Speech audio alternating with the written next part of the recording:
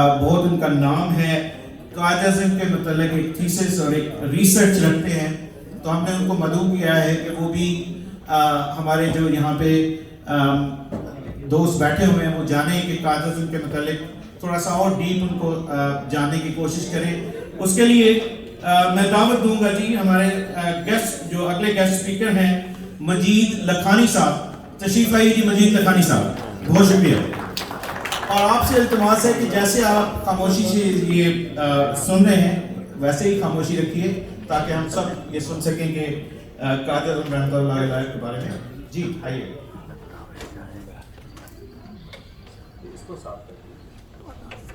अपनी बेनूरी पे रोती है, बड़ी मुश्किल से होता है चमन में दीदावर पैदा। American historian Stanley Walport summarizes the profound effect father of the Pakistani nation had on the world. Few individuals significantly alter the course of history. Few still modify the map of the world. Hardly anyone can be credited with creating a nation state. Muhammad Ali Jinnah did all three. His great freedom struggle spanning over 4 decades, climaxing into 1947 with Pakistan creation, could be perceived in 4 distinct interlinked dimensions: uniting and leading oppressed Indian Muslims, brilliantly negotiating with the imperialist Brits, tactfully countering tricky Hindu politics, ultimately ushering through a new state in the shape of Pakistan. Pakistan owes its very existence to Quaide's drive, tenacity, and intuitive judgment. He was monumental and immeasurable in creation of Pakistan. British cabinet minister Edwin Nanko recalled him in his memoirs as perfectly mannered, impressive looking, armed to the teeth with dialectics, and insisting in the whole of his scheme.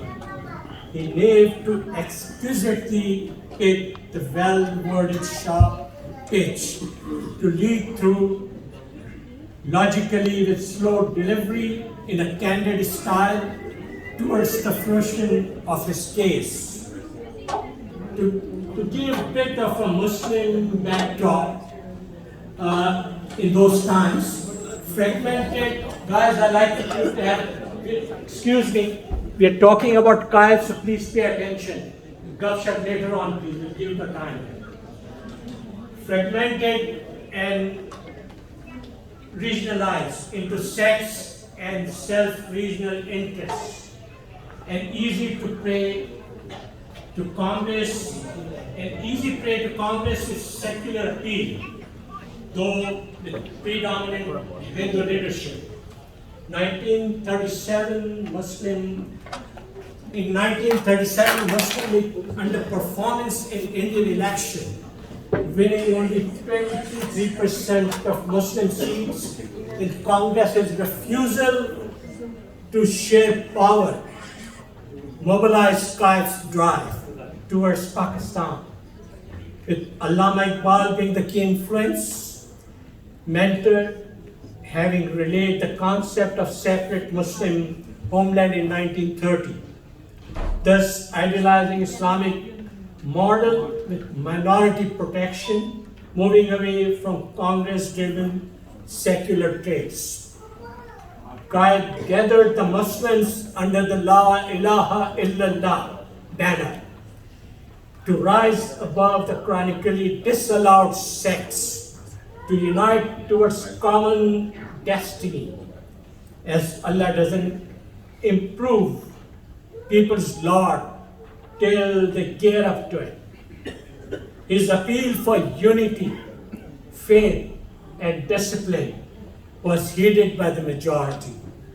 Thus, to deserve his kind of sincere, devoted leadership, Quaide had against him not only the Hindu wealth and brains and the British official dome, but even Muslim politicians also who underrated Pakistan's vision.